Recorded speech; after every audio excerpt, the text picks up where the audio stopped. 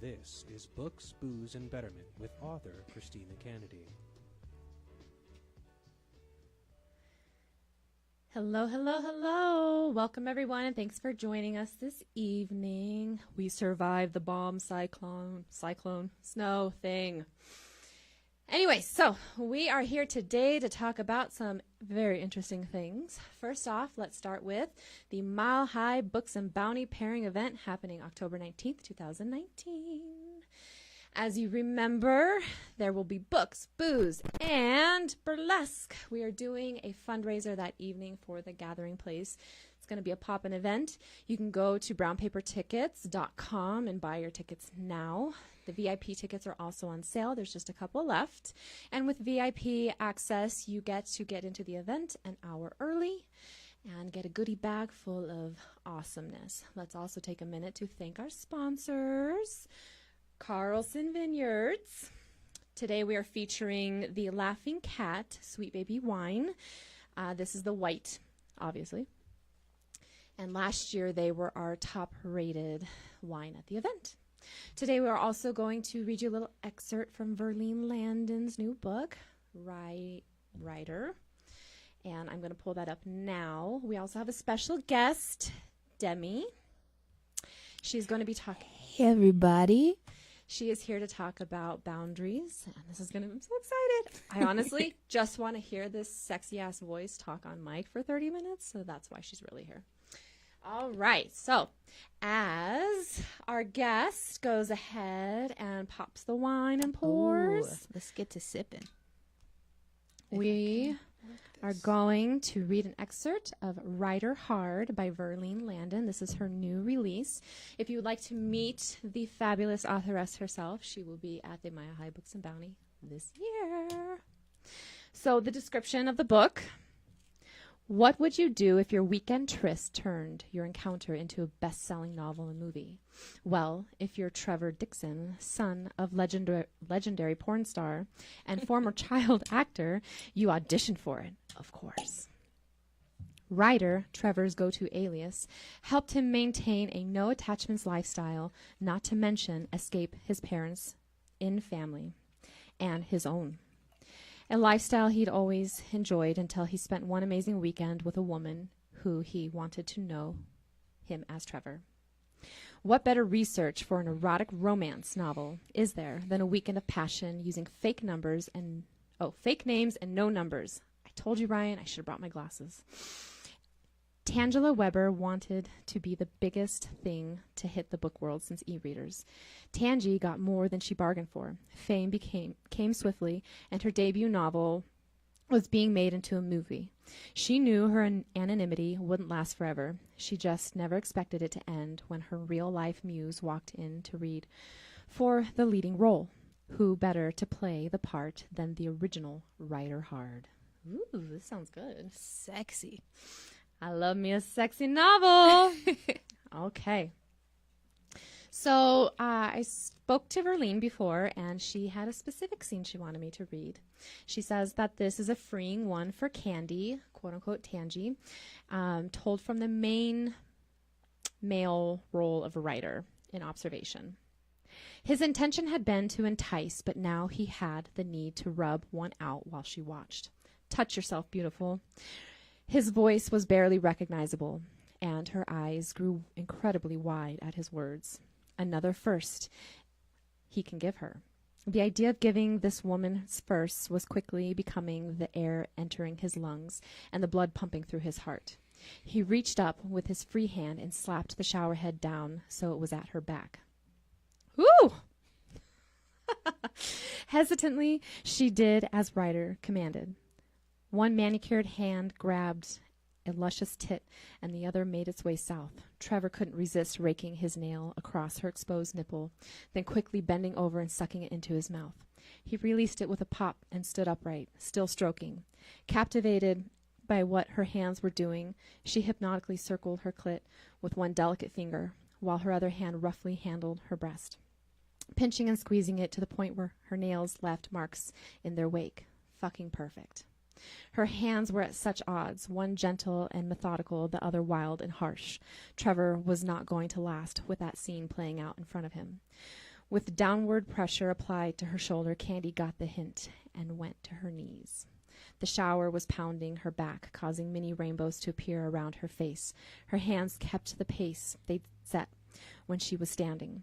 Her breathing increased, and her mouth opened wide to draw in more oxygen. She was on the verge of making herself come, and damned if he couldn't wait to see that. She appeared ethereal and flawless. His own body was quickly approaching that threshold of pain-laced pleasure. So he went with it. He pumped harder, faster, and with purpose, twisting each time his fist came to the head of his cock. And with just a few more furious pumps, he shot his load all over her beautiful face. He thought her perfect before, but he had fucking errand. Her orgasm crashed into her, and she shook her on her knees with a force, screaming incoherently. The rainbows danced, and his cum ran down her face, some landing on her lips, which she greedily lapped up. All right, then. I should probably pre-read things before. Thank you, Verly, for giving us an excerpt. It's getting hot in here. As you can tell, wine. Wine and other things. Wine and other things, absolutely. So, Verlene, thank you so much for giving us an excerpt. Sorry I didn't have my glasses with me. But I hope everybody goes to Amazon and clicks that little hot number. All right. So, Demi. Hello, Kristina. Thank you for having me. Thanks for coming. Of course. My mind is in a place right now. I know. Verlene started off hot. She did. So booze, books, and Betterment. Yeah. So what we like to do on this show is showcase books, writers. We have some sponsors as well, obviously, with Laughing Cat. And then we like to talk about a betterment piece that helps enhance people's lives, maybe give them a little nugget of truth to inspire something else. And so when we were chatting, you had some really great ideas about relationships and boundaries. And I thought that, yes, let's talk about that. Let's talk about sex, baby. Just kidding. All right. So relationships and boundaries. I feel like boundaries, that's a term that has been really thrown around kind of in the new age world. Enforce your boundaries and healthy boundaries. And I'm down for that, but I think that there is room for clarification. Absolutely. And to dive into the realm of boundaries, and there's so many layers to that. Yes, girl, yes. Especially with modern day, because some new age people are taking it so far left field that the average person in their day-to-day doesn't know how to apply that. Absolutely. And I think the skew, a lot of times we tend to villainize the outside party, if you will. I don't really believe there is any outside influence. Everything is a fragment of ourselves in this unified field, in this universe, in this world. But we tend to villainize the person, if you will, who's violating our boundaries. But it's always an inside job. My dear friend Esther always hits me with that phrase. Absolutely. And it's true. So I feel like first and foremost, we have to look at where we are allowing for our power or participating in our power being given away or being violated, because it never happens without our participation in that. Yes. How much energy are you giving it? I like to use this example with clients in my private practice. They are just like, oh, you're always telling me that if something is hitting a nerve and making me emotional, that I need to look inward on that. But that person said this to me. And I said, well, listen, if somebody walks up and calls you a name and you get upset by it, then that's hitting a wound. Because Absolutely. If that person walked up and called you a name, you say, fuck you, and walk off, you wouldn't even give a shit. Yep. But the fact that you gave a shit, you're already giving your power away. So think about that. Definitely. And then sometimes, I mean, depending on the environment in which we grew up upon or grew up in, we kind of become addicted to those cycles of having our boundaries trespassed upon. And we get addicted to the drama, to the trauma. And it's something in my personal experience that I really had to check myself and see in which ways I was actively encouraging or sending out the vibration for someone to violate me, if you will, and then it sparks this whole cycle of drama, and we can have an argument, and we can go into a dispute or a debate, and that fed a certain wounded aspect of myself. So I had to get really real and look at where I was encouraging this to continue to happen in my reality. Absolutely. And bringing that down, think about the energy that you emit when you're walking around. Think about when you're in the office or at your job or what have you, and there's always that one person that gives off that air of don't fuck with me. I don't put up with that shit. So people say less shit to that person, because they've already established their boundaries. Yeah. I'm not going to put up with you. I'm not going to put up with that. I'm going to tell you to your face. Versus somebody who has not established those boundaries yet, or that vibrational frequency, they get picked on. They get bullied. So that's just a modern day application, I think, of what you're touching on too. Yeah. To think about. Absolutely.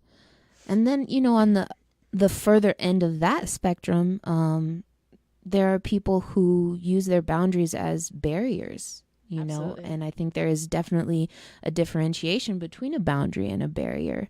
Meaning you can be so tough, if you will, or you can put on this air of being so unfuckwithable, or that you never get that intimacy, you never get that connection, that validation. And is that coming from a wounded place? Am I so boarded down because of abandonment or shame or betrayal, and nobody fucks with me, but also I never get to have a legitimate, intimate relationship? Absolutely. That's deep. We do that all the time, right? But I feel a lot of times that's that survivalist in us, right? Depending on where we come from, our background, what life's dealt us, we slip into those roles back and forth. Do I wall people off? Do I let them in? Every time I let them in, they hurt me.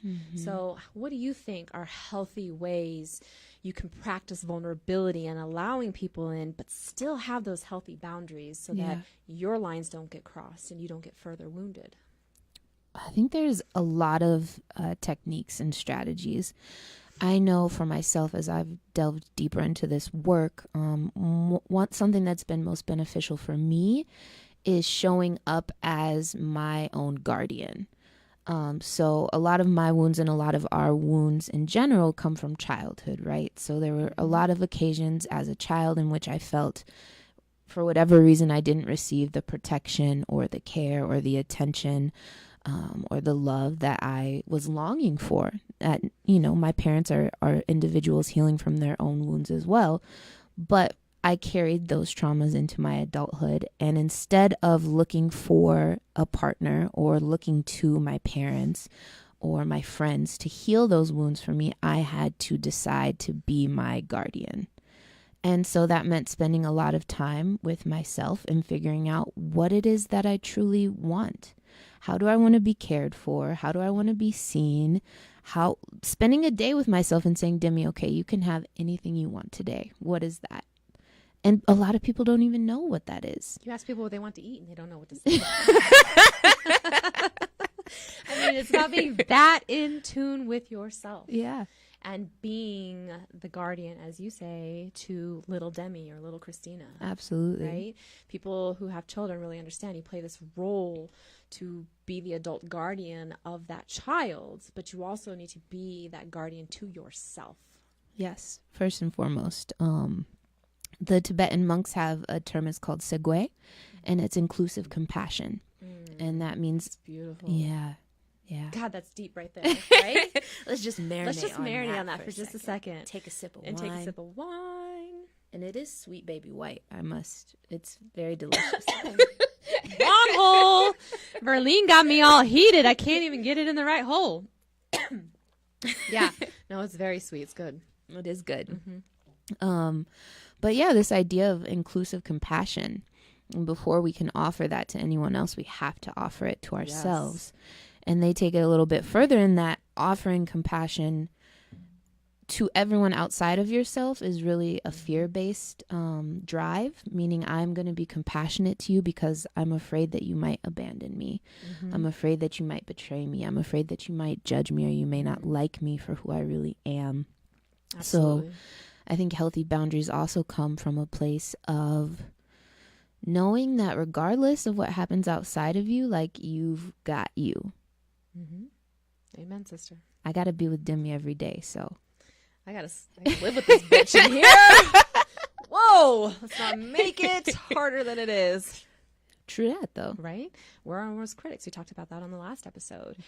In the creative writing process and any life process, how hard we are on ourselves. Yeah. And so that inclusive compassion is so important.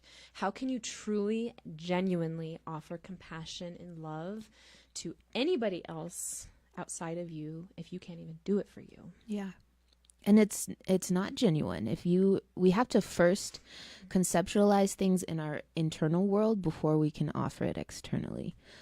So that also means having healthy boundaries with yourself. If you're problematic and you do some bullshit, then set boundaries with yourself. Queen over here. I am literally that kid like, Kristina, don't stick your finger in the light socket. But I want to. Don't do it. It's going to hurt. Yeah, but how bad? I'm gonna fucking do it anyways. Oh, fuck. Why did I do that? You're in timeout. Yeah. I'm putting myself in timeout. So, yeah. How does what do you think are the biggest ways an individual trespasses their own boundaries towards themselves? So, one of my teachers, our teachers, I should say, Natalie.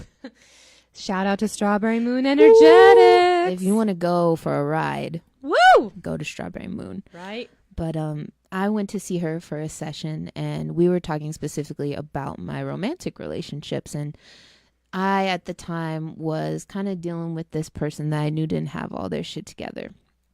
But I would still respond to messages and blah, blah, blah. And then I would be surprised when he's like, oh, I'm addicted to Coke and I don't know. I need your help. And then I'm like, whoa, dude, that's way too much that you just dropped on me. And she was like, literally, it's like you pop open the door and you know that someone's naked behind there. And then you get shocked when you see a dick, you know. Oh, Lord. Verlene, you tainted my whole segment. I'm sorry. Now it's good. When we start on that note, though. I love to dickmatize it up. We're good. Dickmatize it. Natalie did not say the word dick, just to clarify. No, she wouldn't. She has way more tact than we do. Yeah. I'm aspiring. But, that same premise of knowing your patterns, and this takes time. And we need sometimes outside perspective as well. So Absolutely. Don't be afraid to consult with those in your community that can keep it real with you. Call me out. Call me out. But knowing where you do have a tendency to put yourself in situations that don't benefit your highest good. Yeah. And there are blinding loops that we get caught in. So I would say be patient with yourself, be diligent, and be willing to be real over and over and over again. And take a moment before you make an action or before you get caught up in a scenario that could get heated or that could take a turn into an avenue that you really don't want to explore. Like, if we can pause, take a breath, and consult our higher intelligence, most often we know if we're about to violate our boundaries.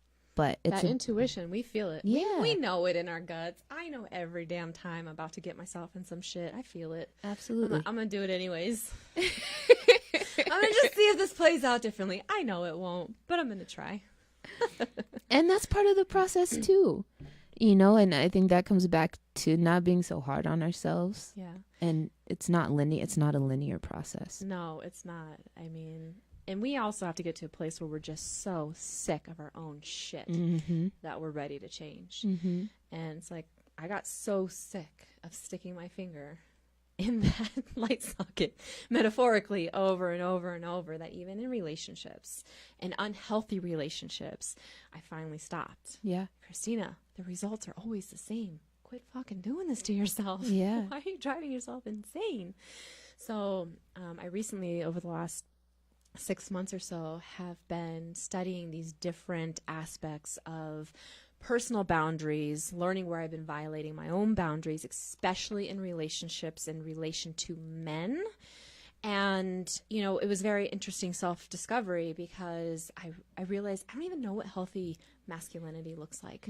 I don't know what a healthy man showing up for me even looks like, because I've had nothing but ancestral family patterns taught to me by my dysfunctional parents, my personal journeys of repeating those same patterns.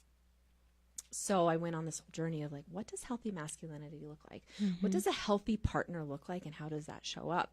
And also, where have I been fucking up and bringing in the unhealthy shit? Where have I been crossing my own boundaries over and over and over? And part of that was not being authentic with myself. I was not being real with myself and saying, why do you keep saying that this is okay? Right. And that you're going to accept this pattern from this person opening the door, sticking their foot in, texting you, hey. I'm like, no. And I would let them back in. I would let them back in even though it wasn't healthy. And say like, no, fucker. You done fucked up too many times. This is not healthy. We're done. Clean, bump, This done. door is locked. This door is locked with a steel and bricks and dogs out in front. And I think, I mean, especially addressing masculinity, but in general, we have to acknowledge this concept of righteous rage, and allowing ourselves to feel that. So in my own journeys with the masculine, I've had to go through a process of honestly feeling all the rage and the anger that I have for my own internal masculine energy, for the men in my life, for the patriarchy. It really feeling that and being unapologetic about it and raging hard. Yeah. And now coming out of the other side of that, I can be in a more balanced position of seeing what my boundaries are and setting them from a place of honoring myself rather than from a place of anger or fear.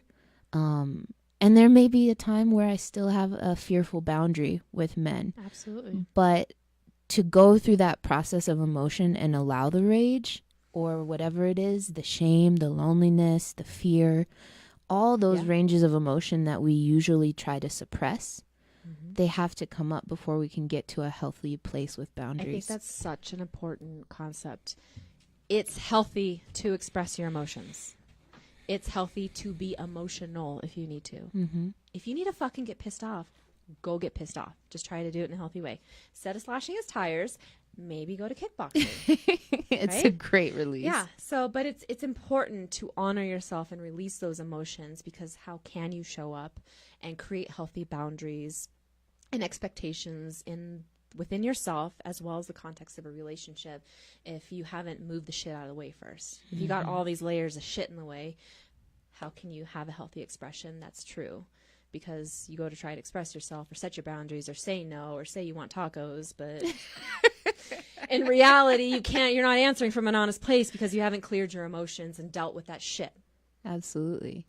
So what do you think is just a couple of quick tips that people should be mindful of in boundary setting and day-to-day interactions? I think for me personally, one of the ones is saying no when you really fucking mean no. Absolutely. That's critical. The power of no. Power of no. And the art. The art of no. That's something that I was Talk sitting about with. that. Yeah. Do it, a girl. couple weeks Let her ago. Let it out. Sing your song. Is this art of no, which again, to me, and it's a process, it's a refinement, right? But to get to a place of saying no and it being because you honor yourself that much. I don't say no because I'm angry with someone else or because I'm fearful of them stealing my energy. I say no because I love Demi that much and I honor what she wants and what she needs. Absolutely. So I think no is a great practice. And a lot of people don't even have that in their repertoire. No, they don't. We're like yes men and yes women. And yes, how can I serve you? And this, just look at our jobs, these service-based industries. I mean, even in healthcare as a nurse, that's my real job during the day to pay the bills. Nurse by day. Well, it's nurse by night. Nurse by night. Writer by day. The Renaissance woman. But it's just like I'm in this service industry, right? I'm not allowed saying no. Even they teach us to say no in a very passive way.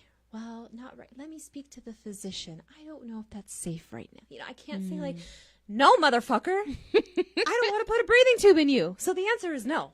You cannot have that triple dose of narcotics that you're asking for. That is unsafe. I don't get to be that clear. Yeah. You know, I have to be so eloquent and deliberate with this way that won't impact our scores, our patient satisfaction scores. You know, that's all I hear as a nurse is patient satisfaction. You know, all these scores that we run our whole system. But even as a waitress, right? The customer is always right. No, the customer is not always right. Sometimes they're a douche.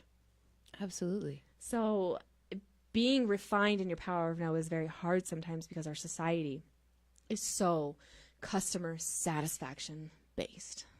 Yeah, and so other based, really, when it comes down to it. We put the appeasal and the approval of other above our own internal approval and comfort and satisfaction. Yeah, it's like validating everyone else but ourselves. Mm-hmm.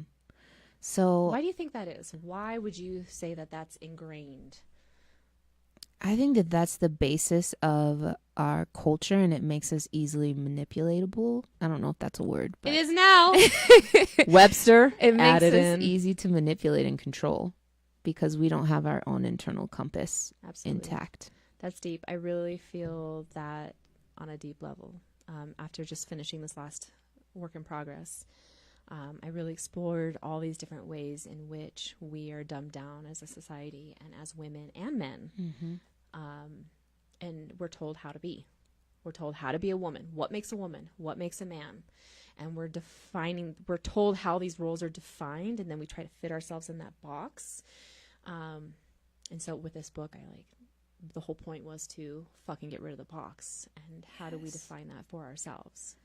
It's about, your book has something about undomestication. The undomestication of Freya. Yes. I love that. Yeah. Unbecoming the status